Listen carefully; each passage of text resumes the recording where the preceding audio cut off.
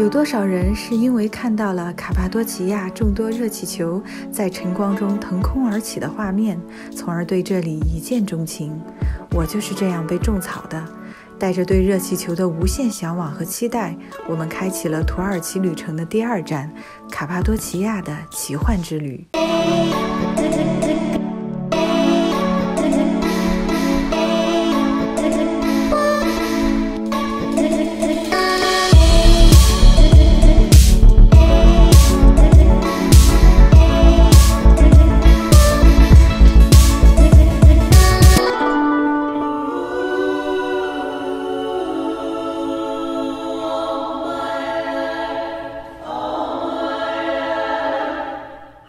我现在已经在格雷梅了，就是我们早上从伊斯坦布尔坐飞机坐了1个半小时，然后到了开塞利，然后又从开塞利开了1个小时的车，才到的格雷梅这个地方。中午就去吃了一个当地非常有特色的，也是我们一直都心心念念的那个瓦罐饭。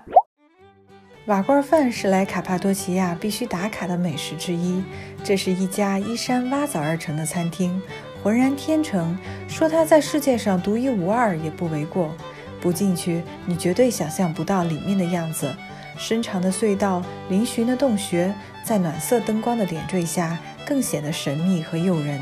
餐厅的特色就是瓦罐牛肉了，其原理类似于高压锅，牛肉与番茄、土豆、茄子放进瓦罐内炖3个小时，通过密封环境下的高温烹饪，将肉质压得酥烂，美味尽数融入天然汤汁。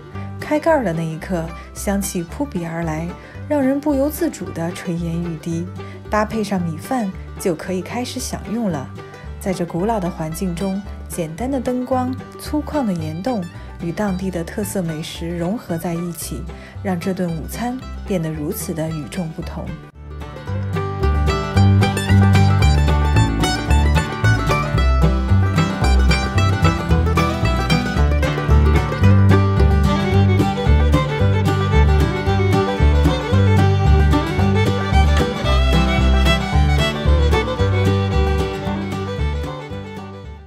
然后我们从这个餐厅出来以后，因为那个酒店的那个 check in 的时间还没有到，所以我们就去了帕夏贝的仙人烟囱群。卡帕多奇亚曾被评价为地球上最像月球的地方，这里有着跟月球一样荒凉诡异的地貌，也曾是星球大战的取景地。而帕夏贝精灵烟囱群就是颇具代表性的一处景观，从格雷梅镇开车过去就可以到达。这里实际上是一些圆锥形的岩层，经历风化，林林总总，冲天而立，形成独特的石林景观。随着阳光和云影的变换而不断改变色彩，蔚为壮观。站在高处远远望去，一只只矗立而上的精灵烟囱，加上倍感沧桑的褶皱石层，像是一片石头的海洋。岩浪一层层地延伸至天边的方向，激起了旅行者们颗颗不安分的心，卷起了那份莫名的流浪情结。在这里，就像一个精灵会出没的世外桃源，你或许可以遇见自己的童话世界。卡帕多奇亚独特的喀斯特地貌焕发着摄人魂魄的美，令无数旅行者魂牵梦绕。这里曾被美国国家地理杂志社评选为10大地球美景之一。大自然不惜用数百万年的时间，精心地为人类雕琢了一场由石头心情主宰的魔幻，让这里成为世界文化与自然的双重遗产。峭壁嶙峋，石崖峥嵘，奇绝的地貌如幻境般层层叠叠，少了植被呵护的温柔，但也多了自强不息的坚韧。在这里，绝对是一个可以放置浪漫和幻想的地方。土耳其人似乎对洞穴情有独钟，过去人们在洞穴里生活，直到现在，卡帕多奇亚的人们依旧保持着这种习惯。而其独特的洞穴酒店更被称为全世界最有趣的旅馆之一，世界各地的游客都趋之若鹜，一探究竟，绝对是旅行者此生不可错过的地方。酒店外观看似平常，推门进入却别有洞天。Room service. Hello. Welcome。这是我们的房间 ，Dara Suite Cappadocia， 那个洞穴酒店。然后这是一个挂衣服的地方，有个衣帽间。然后就是一个双人间，大床房。这个他们说感觉像7个小矮人的那种房间。这有一个壁炉。里面非常暖和，它有那个暖气的，是暖风机。然后这里是洗手间，这洗手间超级大，都蛮好的。我觉得这个是开帕多奇亚比较好的一个洞穴酒店，很干净，很暖和，很舒适，而且非常不一样。这个我们能订到这个酒店也是挺不容易的。Hello。我们在这儿，喜欢的小阳台。我们在这儿住3个晚上。我们这个屋是错层。这个小阳台弄的是真的是。然后，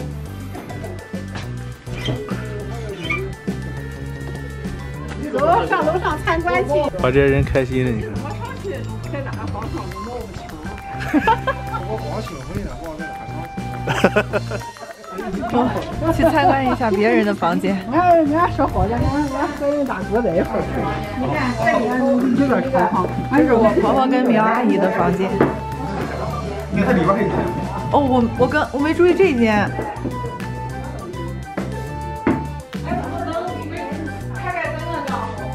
哇。你看这里还有沙发。咱这人就和刘老进大公园似的。这里边，看这里，哟，这么大一个地方！你看这里边，这里有一个洗澡间，这里还有一个大浴缸。对呀，咱那个就一个，而且还是那样的。好，太棒了！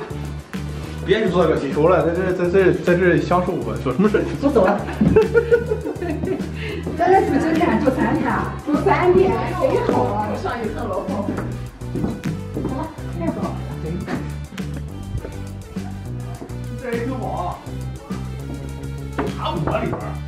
我妈那钱子全都好。没花这个一人有浴缸吗？其实都差不多的。差不多。我看看它卫生间。咱们和皇宫一样嘛，就。这个挺有特色。啊。多好啊！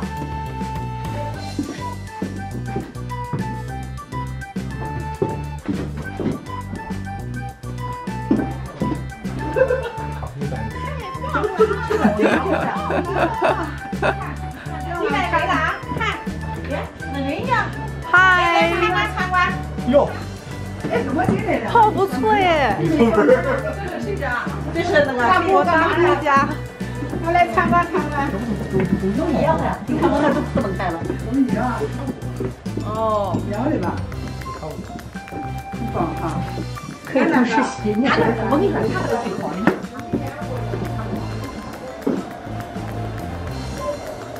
这个酒店我订了4个月，从开始报名到上个月月底我才提。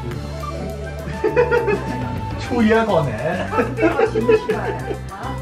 这阳台不错，门口有个。是啊。他如果那边要是刮过来热气球，他坐在这儿就能看。我就在那旁边。土耳其人对自己的烹饪技艺颇为自豪，并将自己的料理与中餐和法餐并列为世界3大美食之列。土耳其的食物确实独具特色，令人回味。如果你没吃过正宗的土耳其餐，那么卡帕多奇亚便是初体验的最佳选择。这里的餐食比较清淡，鲜少有重口味，主打乡村风味。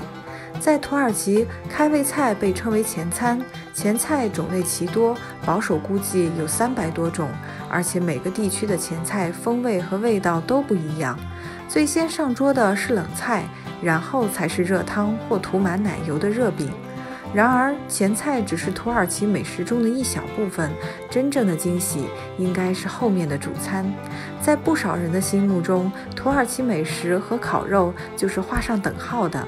在土耳其，烤肉的品种数不胜数，从牛肉、羊肉到兔肉、禽类和内脏皆可烧烤，从明火炭烤到烤架炙烤，再到投入馕坑中焖烤。土耳其人已经将烤肉发展到了一种境界。短短1天的美食之旅，让我们感受到了本地饮食文化的诚意。当地的厨师们不仅遵循着千百年来的烹制传统，还遵循着对于本地饮食文化的传承。来到这里，吃上一顿正宗的土耳其式晚宴，才是感受卡帕多奇亚滋味的正确方式。总的来说，今天大家都玩得很开心，而且也吃到了一直想吃的餐厅。但是就是今天下午的时候，我们收到了一个噩耗，其实就是我们这次来是定的明天早上要乘坐热气球，但是因为明天天气不好，好像据说是要下大雨，所以热气球就取消了。但是我们应该还有机会，就是看后天，天气会怎么样。如果后天还不能飞的话，大后天我们早上是10点钟的飞机要飞去伊兹密尔，所以就是如果大后天能够飞的话，我们准备乘坐最早的那一班热气球，就是6点钟的，所以这样就是赶紧坐，然后大概飞1个多小时下来，然后我们再赶往机场也来得及，所以还有这么1-2次的机会。就但愿吧，希望我们这次不要扑空，能够顺利的乘坐到热气球，因为大家还都是特别期待的，而且我也是就是一直期待想在卡帕多奇亚坐一次热气球，所以也是我来土耳其的一个最大的一个愿望。现在时间也挺晚了，然后我准备睡觉，明天还有一些别的行程，我们就明天见喽，拜拜。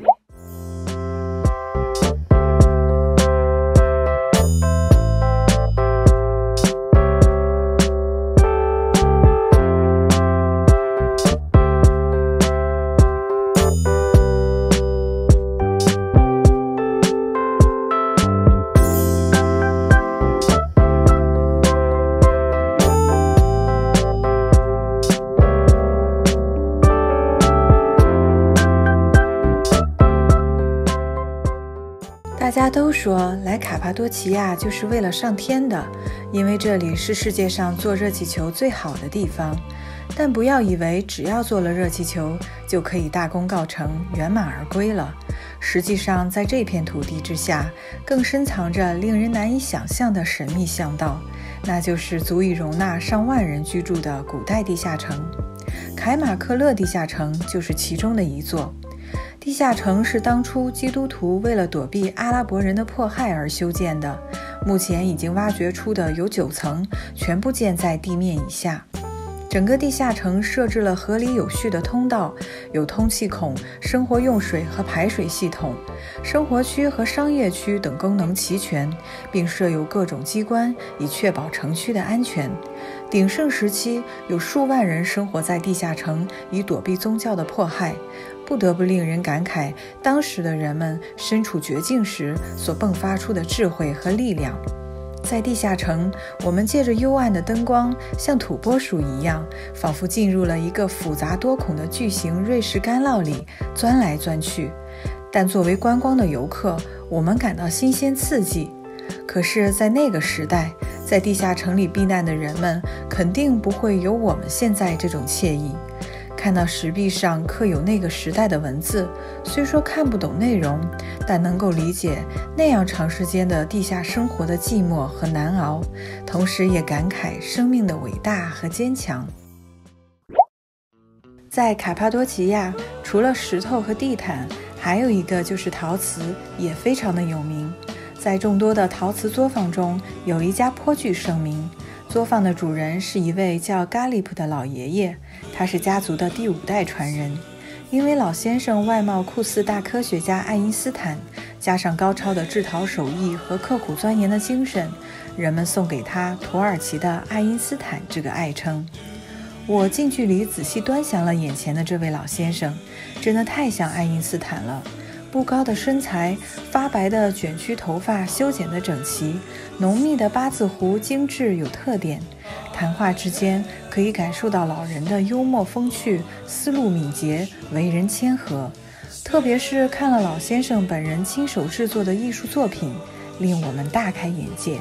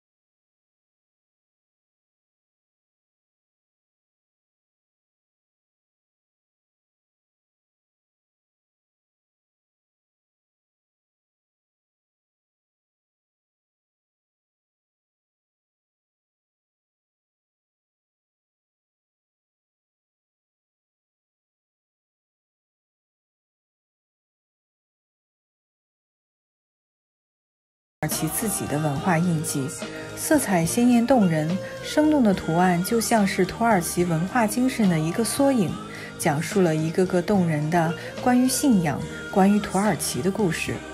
作为土耳其陶瓷业的泰斗，嘎利普老先生的渊博知识、幽默风趣的谈吐、对艺术的独到见解，都给我留下了很深的印象。今天超级幸运，得到了老爷爷送的一个礼物，而且上面还有他的一个签名，要一辈子珍藏起来，太开心了。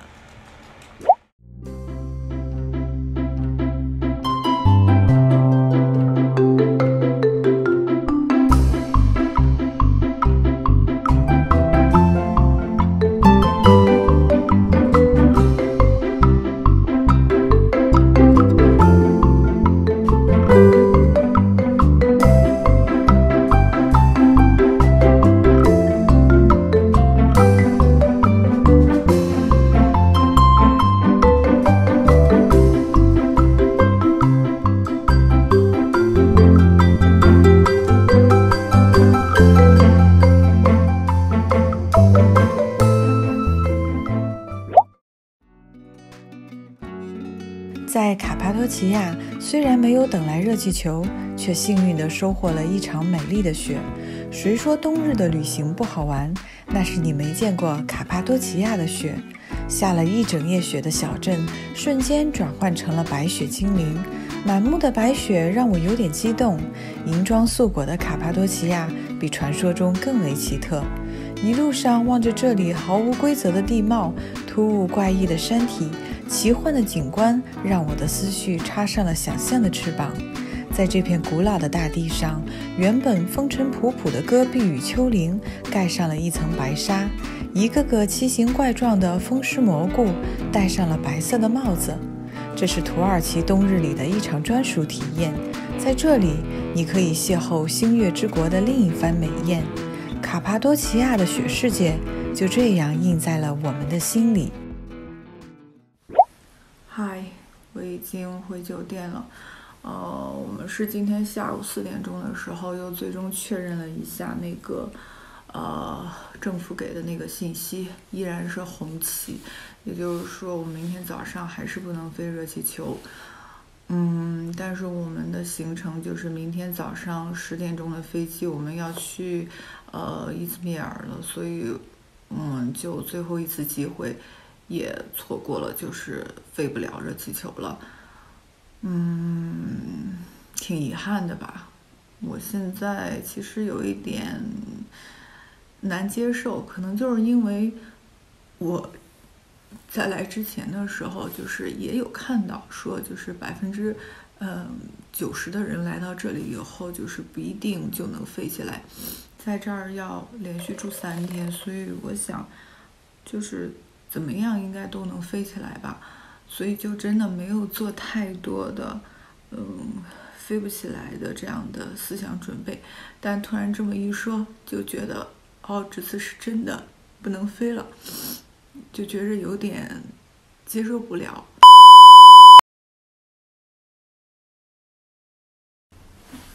嗨，在卡帕多奇亚最后一天第3个晚上，终于20年不遇的这个4月，卡帕多奇亚下雪，让我们赶上了，所以热气球是肯定坐不上了。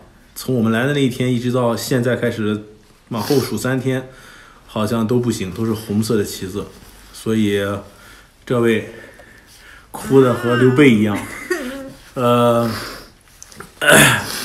但是我觉得呢，这个东西呢，坏事变好事。